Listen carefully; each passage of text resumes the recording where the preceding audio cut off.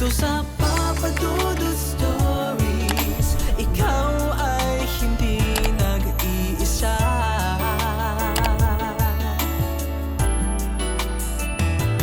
Dito sa Papa Dudut Stories, may nagmamahal sa'yo. Papa Dudut Stories, Papa Dudut Stories. Dear Papa Dudut, sa lahat po ng mga nakatutok ngayon, huwag pong kalimutan mag-like, mag-share at mag-subscribe. Maraming salamat po sa inyong lahat.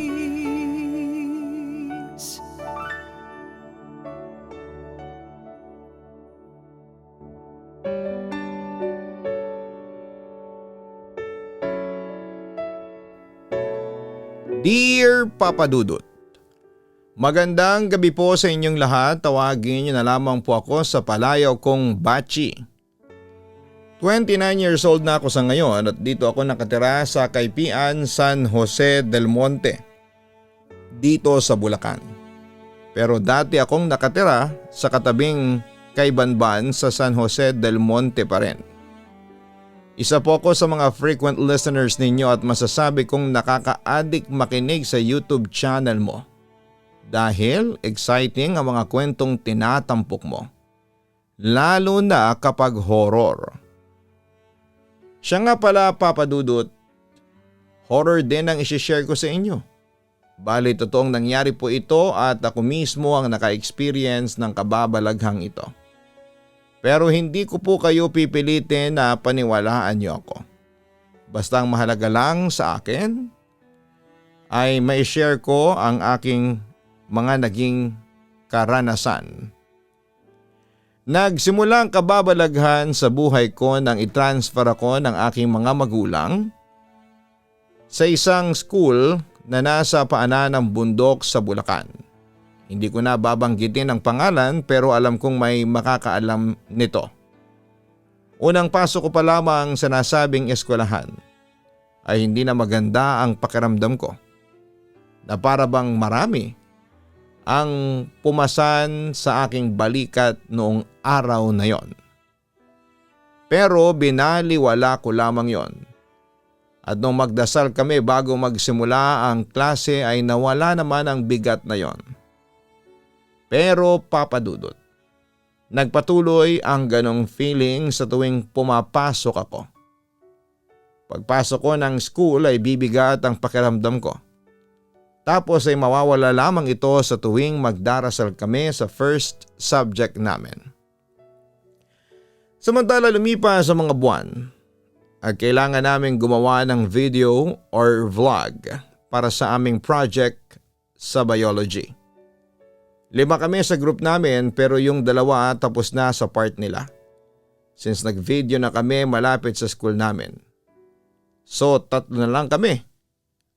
Wala pang video na pagdesisyon na naming 3 na mag-video sa bundok na malapit nga lang sa school namin. Since ang vlog namin ay may kinalaman sa biodiversity. Pasok na pasok kung mag-shoot kami sa bundok.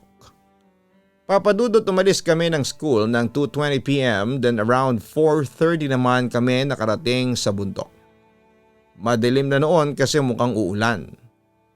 By the way, ang bundok pala na yon ay may kalapit na resort na may maliit na falls at may ilog kaya pinupuntahan ito ng mga tao. Dumaan lamang kami doon at napansin naming walang masyadong tao. Kung meron man ay nasa cottage lamang sila. Malayo sa mismong falls. Kasi masama talaga yung panahon at medyo humahamog na noon. Tapos ay malakas pa ang agos ng ilog. May pinasukan kaming gate para makapunta sa falls. Normal naman yung feeling noong una. Hanggang noong nasa mismong falls na kami. Nagsushooting kami nang bigla kaming makarinig ng uwak. Hindi namin siya pinapansin noong una hanggang sa nagaya na ako sa 2 kong kasama na umalis na kami. Kasi iba na talaga ang nararamdaman ko ng mga sandaling yon. lalo na't kami lang ang tao doon. Sumangay naman ang isa kong kaklase kasi aware din naman siya na pag may uwak sa paligid ay may mangyayaring masama or humihiling na may mamamatay. Ganon ang paniniwala namin. Samantala'y malapit na kami sa gate na pinasukan namin nang may naamoy akong patis. Sobrang tapang ng amoy, as in ang baho. Naamoy niyo yun? Sabi ko sa mga kaklase ko. Umunga naman sila. By the way, paniniwala ng lahat, pag may naaamoy kang ganon ay may kapre at aware naman kami. So dinedma lang namin yung amoy at diretso lamang kami sa paglalakad. Hanggang sa umulan na noong pababa kami ng bundok. Kinabukasan, nag-chat sa group chat namin yung isa naming kasama na nilalagnat daw siya. So akala namin ay normal lang kasi nabasa kami ng ulan noong nagbundo kami.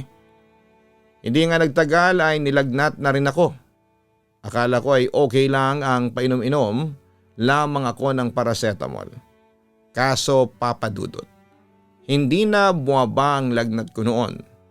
At yun nga umabot ng 3 araw na nilalagnat kami ng kaklase ko tapos kapag gabi ay lumalala ang init ng katawan na nararamdaman namin. To the point na parang niluluto na yung mga lamang loob ko. That time ay nagsuggest na si mama na magpatawas ako kasi sabi niya ay dati na akong lapitin ng mga engkanto. At may palagay siya na yung nangyayari sa akin ay dulot daw ng maligno doon sa bundok. Sa kabilang banda ay kinabukasan agad akong dinala ni mama sa albularyo. Nung tinawas na ako ay nagtugma daw yung nangyari sa amin sa tawas ko at ang sabi sa akin noong albularyo. Papasok pa lang daw kami ng gate or bakod na yon ay nakatingin na daw sa aming dalawa ng kaklase ko yung kapre. Tapos ay tinanong din niya kami kung may nakita daw ba kami na uwak sa paligid. Umiling ako at sinabi ko na narinig lamang namin yung uwak. Sabi ng albularyo, yung uwak daw ay ang nagsisilbing babala sa amin na may kapre sa paligid. Pero hindi raw kami umalis kaagad kaya yung kapre daw ay sumama sa akin. Ang sabi pa ng albularyo, sinisilipan daw ako habang natutulog. Lalaki ako papadudot, medyo natawa pa nga ako. At inisip na baka bakla yung kapre. Ang sabi pa ng albularyo, buti daw at hindi kami naligo sa falls na yon. Kasi gustong gusto na daw manguha ng kaluluwa ng falls na yon. At dapat ay hindi na kami pumasok sa bakod na yon kasi daw, nag-aabang ng tao yung hindi namin nakikita. If ever na naligo kami ay mababalitaan na lang na 3 high school students ang nalunod. Kinilabutan ako pero nagpasalamat ako kasi walang nangyaring masama sa aming 3 habang nasa falls. Anyway, regarding sa project namin, nag-shoot na lang kami sa mini forest sa likod ng school namin tapos ay dinugtong na lang namin yung sinot namin sa bundok. Ayon sa awa ng Diyos ay nakapasa naman kami. Ilang linggo pa ang lumipas, dumating ang Halloween week. Wala na kaming klase at that time. Pero bukas ang school namin at maraming estudyante dahil may parang Halloween bazaar sa loob. Naglagay din sila ng rides, yung mga merry-go-round at yung caterpillar.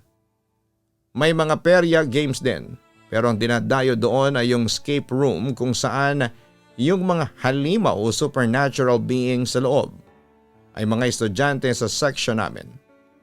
Unfortunately ay hindi ako nagpa-participate sa binuong escape room. Kasi kung sumama pala ako ay gagawin nila akong kapre. Hindi ko feel manakot noon. That time ay nagpa-assign na lamang ako sa Halloween food bazaar. Kung saan ay naging taga-timpla at tagagawa ako ng milkshake na may pumpkin spice. Naging successful naman ang Halloween week. Pero sumabit ang October 31 ng gabi. At dahil sa adventurous ang mga kabataan tulad namin, ay nagplano kami ng mga kaibigan ko na mag-ghost hunting sa school namin. Since ayon sa kwento ay marami daw ang nasapian dito noong bagong gawa pa lamang ito. 6 sana kaming pupunta sa school noon. Kaso'y hindi pinayagan ang isa naming kaibigan kaya 5 na lamang kami ang pumunta. Papadudot around 2 a.m. nagsimula na kaming maglakad papunta sa school. Pagdating namin sa harapan ng gate ay huminga muna kami ng pagkahaba-haba. Sobrang init noon sa labas. Pero noong pagpasok namin sa gate ay doon na kami nakaramdam ng sobrang lamig. At isa naming kaibigan ay gusto nang umuwi kaagad. Kahit kakapasok pa lang namin. Nagkahawak kami ng kamay dahil nakakatakot din talaga, Papa Dudut. Una naming pinuntahan sa kantin dahil meron daw kasing nagpapakitang apoy na tao doon. Pero wala namang kaming nakita. Sunod naming pinuntahan ay ang office. Wala naman din kaming napansin na kakaiba doon. At ang huli naming pinuntahan ay ang library at sobrang bigat ng presensya doon. Sobrang lamig at nakakakilabot talaga. Nilakasan na lang namin ang loob namin dahil ginusto namin ito. Pero wala namang kaming nakita na kakaiba doon. Sobrang bigat lang talaga ng presensya niya. Tumambay kami doon hanggang sa mag-alas 4 ng umaga. Nagkwentuhan lang kami pero ang akala namin ay doon na nagtatapos ang lahat. Pero akala lang pala namin yon, Papa Dudut. Kinabukasan ay may pasok at mahaba ang vacant namin. Kaya pumunta kaming 4 na magkakaibigan sa library para doon magkwentuhan. Nagkwentuhan kami about sa ginawa naming ghost hunting. Nagyabang pa ang isa kong kaibigan na matatakutin. Wala naman palang multo dito. Mga guni-guni nyo lang yun. Sabi ng kaklase ko sa ibang mga kasama namin at nagtawanan sila. Pero ako'y hindi ko alam, ibang pakiramdam ko. Akala ko nga ay lalagnatin ako. Nung nagbell na buwaba na kami dahil may klase kami. Pero pagbaba namin, wala naman ang teacher namin kaya ang ginawa namin ay nagkwentuhan lamang ang halos lahat ng mga kaklase ko. May mga nag-make-up, Papa Dudut, at may naglalaro lang sa kanilang cellphone. Sobrang ingay noon sa room namin at ako ang nagsusulat lang. Pero habang tumatagal pa, iba na, Papa Dudut, ang nararamdaman ko. Nang bigla na lang daw akong sumigaw at ang sabi ng isa kong kaklase.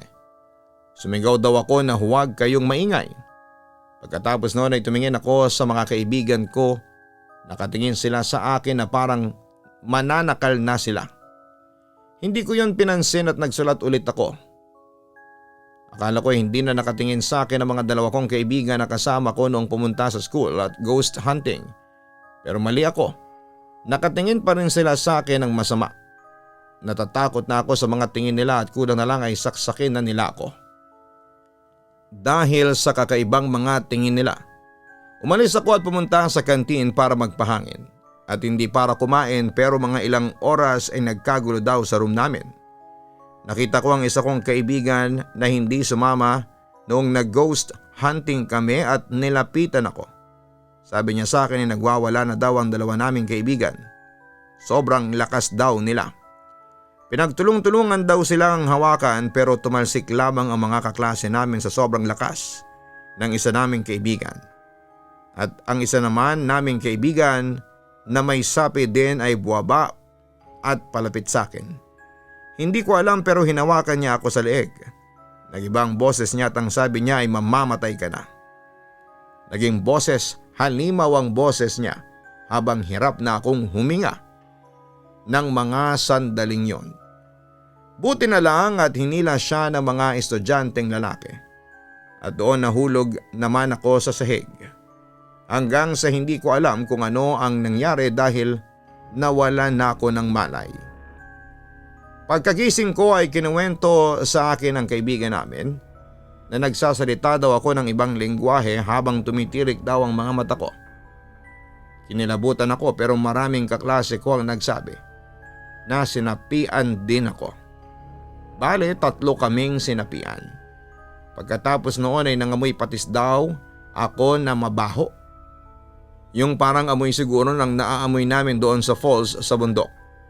Kinabahan ako kasi ganun nga ang nangyari. Hindi pa pala ako tinitigilan ng kapre. Inamoy-amoy ko naman ang sarili ko pero wala na yung amoy na mabaho. Pero alam mo Papa Dudut, habang pinalilibutan ako ng mga kaklase ko, may nakita akong malaking tao na nasa likuran nila.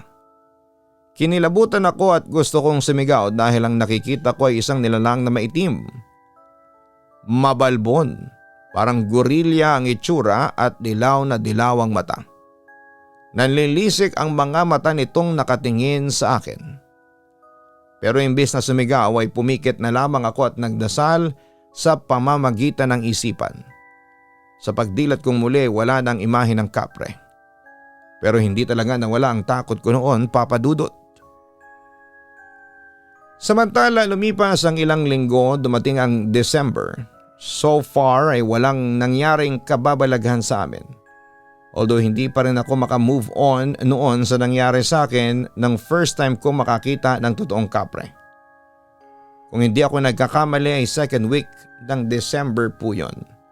At isang linggo lang ay Christmas party na namin. Wala nang masyadong nagseseryoso sa pag-aaral that time kasi puro school activities kami. Pero kahit na ganoon, pumasok pa rin kami for the sake of attendance. Samantala may isang subject kami na kahit busy na ang mga activities ay nagagawa pa rin mag-lesson. At yun ay ang last subject namin, which is Filipino. Yung kaibigan kong si Matthew ay nagyaya na mag-CR kami kasi naihina nga daw siya. Pero umuulan noon, so kumuha pa ako ng payong. Nagpaalam pa kami sa teacher ko na magsi-CR lang at babalik agad.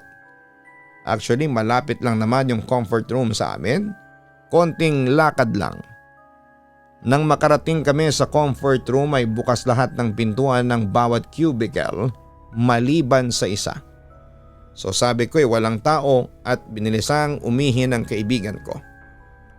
Nang pumasok yung kaibigan ko sa gitnang cubicle ay may naririnig akong mga hikbi hanggang sa palakas ng palakas. Tinawag ko ang kaibigan ko nang siya'y makalabas sa cubicle. Sabi ko, Tol, may umiiyak sa dulong cubicle, pakinggan mo. Ayaw pa niyang maniwala noong una kasi alam niyang kaming dalawa lamang ang tao doon. Hanggang sa hinigit ko siya at itinapat namin ang tenga namin sa pinto ng cubicle. Nagulat siya nang may marinig nga. So sa sobrang pag-aalala namin ay kinatok ko yung pintuan at sinabing, Tol, okay ka lang. Pero walang sumagot at iyak lang siya ng iyak. Hindi ako nagdalawang isip na buksan ang pintuan at laking gulat at takot namin ang kaibigan ko na walang tao. Mamayang kaunti ay napalingon ako sa bukas na pintuan kung saan kami pumasok. Doon ay nanlaki ang mga mata ko nang may dumaang isang malaking lalaking mabalahibo at maitim. Napamura ako kasi alam kong kapre yon. Sa sobrang takot namin ni Matthew ay kumaripas kami ng takbo. At naluluha akong sumigaw na may multo at kapre kaming nakita sa CR.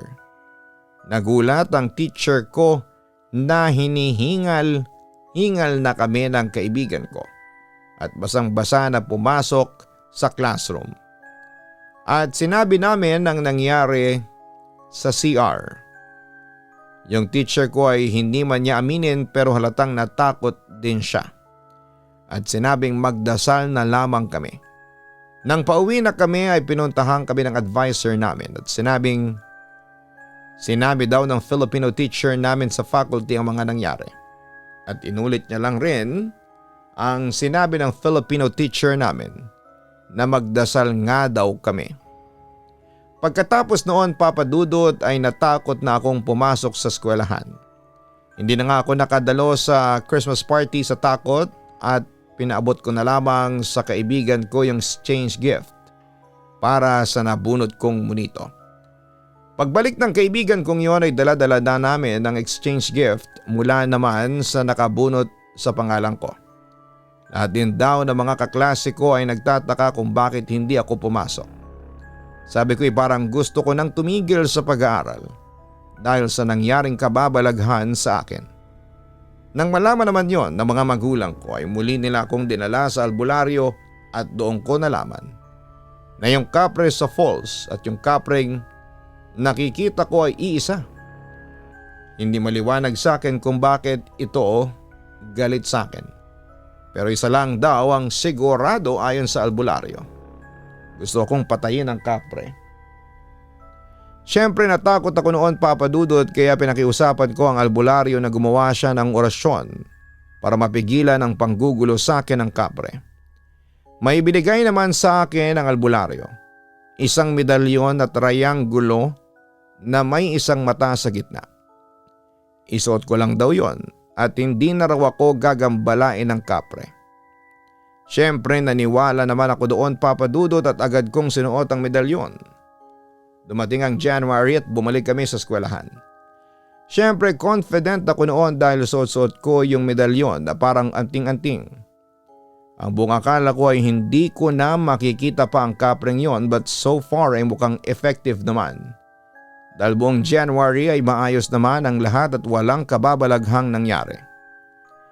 Isang araw ay nagsabi sa amin ang teacher namin na magkakaroon daw sila ng seminar.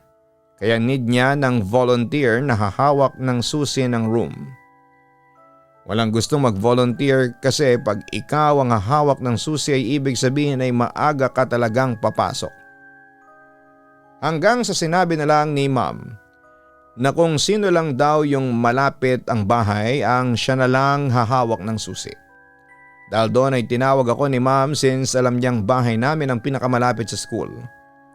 Medyo nainis na nga ako that time kasi maaga akong papasok at nakakatamad mag-asikaso ng maaga. Pero naisip ko na baka plus points ito sa grade ko since alam ko ang mga teacher ay nagiging generous sa pagbibigay ng grade kapag sumasapit na ang February hanggang sa matapos ang klase noong sa March. Sinabihan ko ang kaibigan kong si Matthew na sabay na lamang kaming pumasok para naman hindi nakakatamad sa school. Kaya pag uwi ko ay inayos ko na kaagad ang mga gamit ko para diretso alis na kaagad ako kinabukasan. Tulad ng inaasahan ay maaga akong pumunta ng eskwelahan. Madilim pa noong umalis ako sa bahay namin.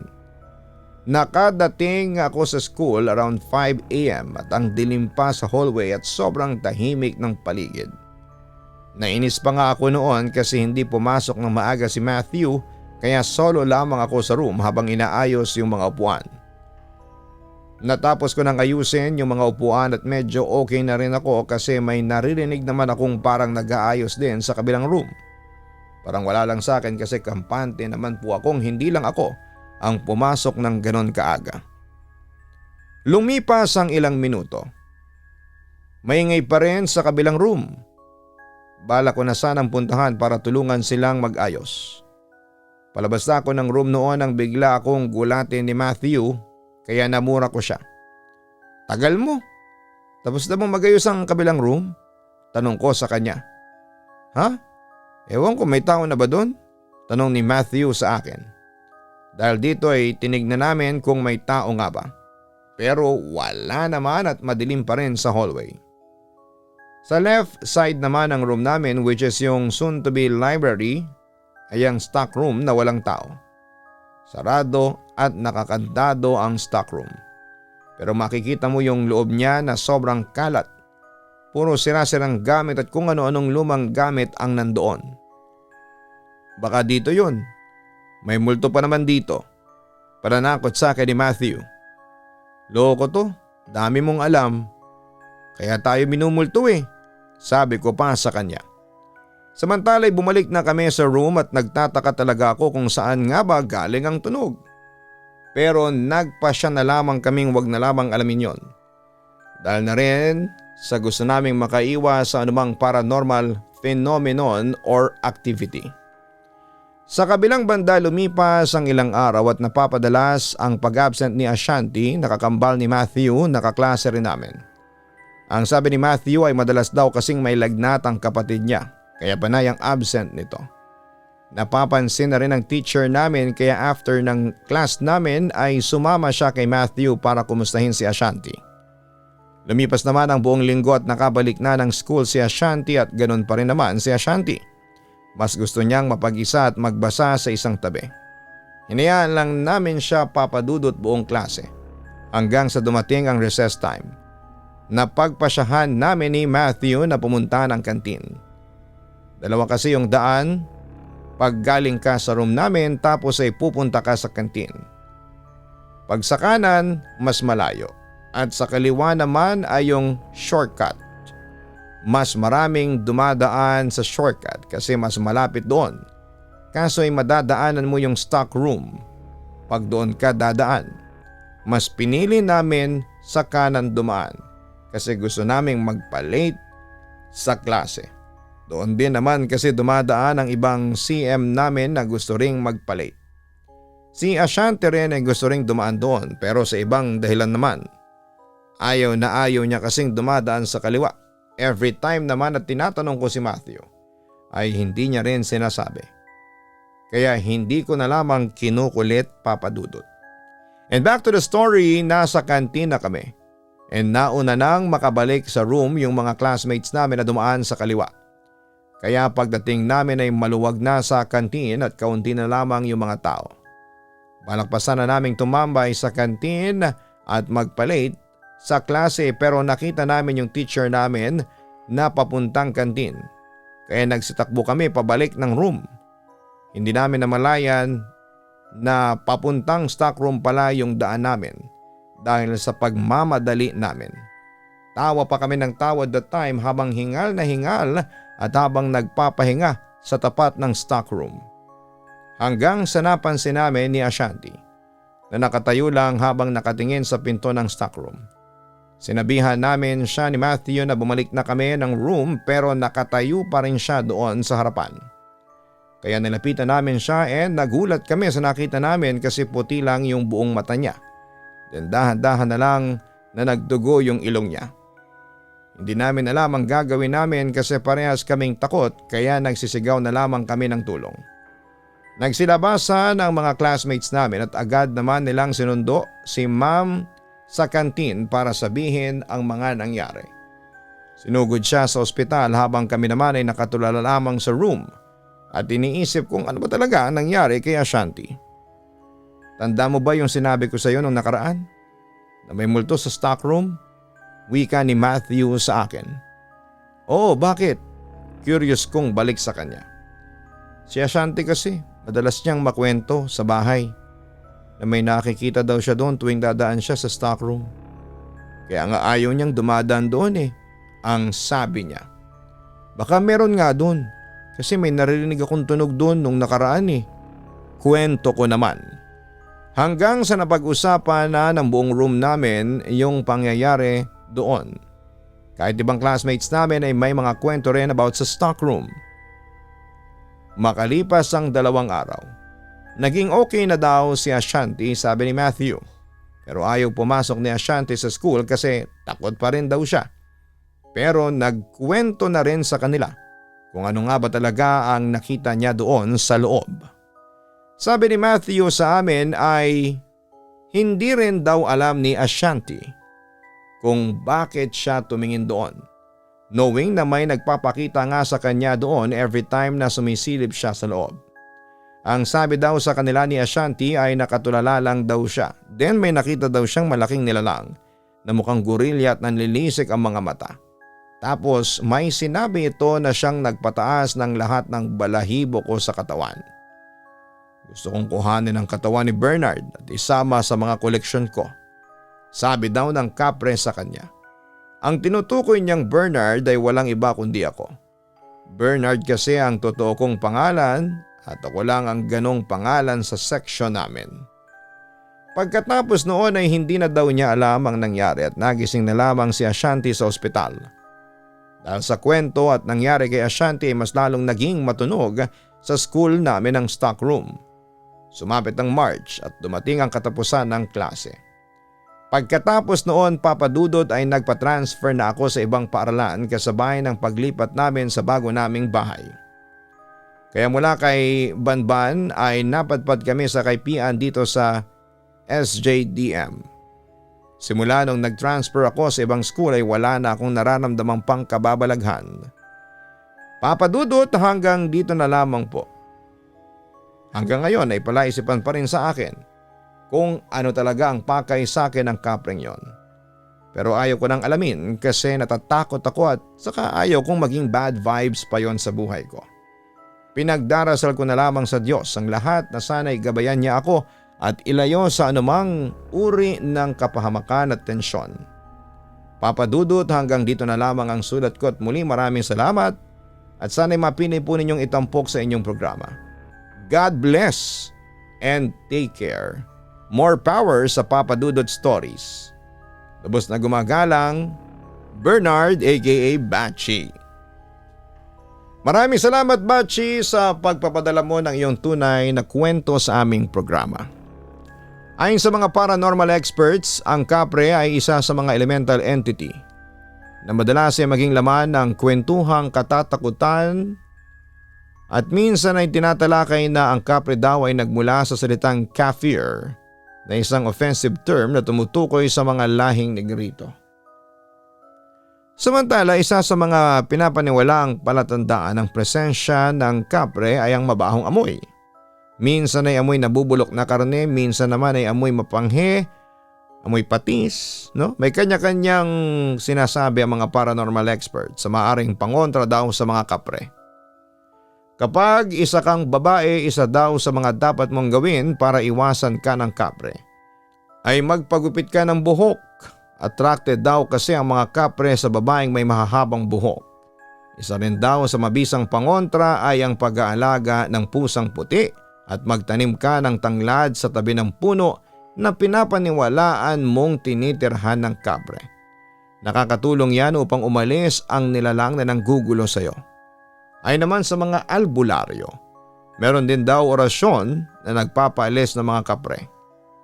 Isulat ang salitang Adonai, Dorana, Oradan, Nadaru, Anarod, Yanoda sa isang art paper na kulay pula at lagyan mo ng kaunting asin at isang butil ng bawang. At ibalot mo ito sa kulay red na tela at ibulsa mo palagi. Sa pamamagitan nito ay lalayuan ka raw ng kapre at hindi ka na raw gagambalain pa nito. Sa kabila nito, ang mabisa pa rin talagang pangontra laban sa mga nilalang na paranormal ay ang paniniwala at pananampalataya at pagmamahal natin sa Poong May Kapal. Hanapin ang Kaistorya YouTube channel for horror stories at syempre manood po ng Papa Dudut Family YouTube channel. Maraming salamat po sa inyong lahat. Sa lahat po ng mga nagre-report sa amin, ng mga nagre-repost ng aming mga content, maraming salamat po. No? And reminder pa rin, bawal pong i-re-upload, gamitin ang audio voice, no? Ang boses ko, ang tunog na ito sa anumang bagong YouTube channel na sinasabing fanbase. Pero ito po ay malinaw na violation sa rules and regulations ng YouTube. Maraming salamat po.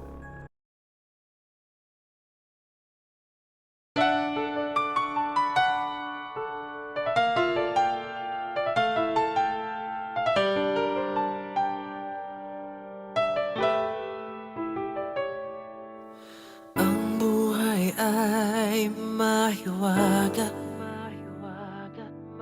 laging may lungkot at saya. Sa Papa Dudut Stories, laging may karamay ka.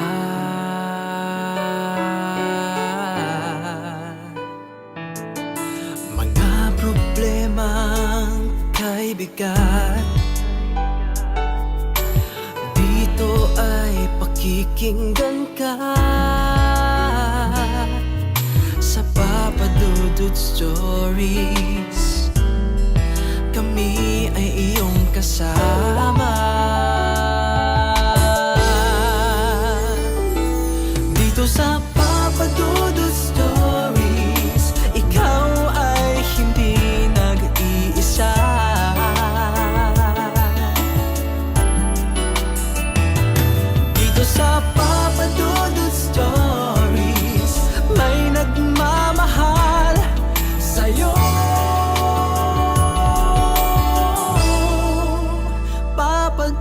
Dudut Stories. Papa Dudut Stories. Papa Dudut Stories.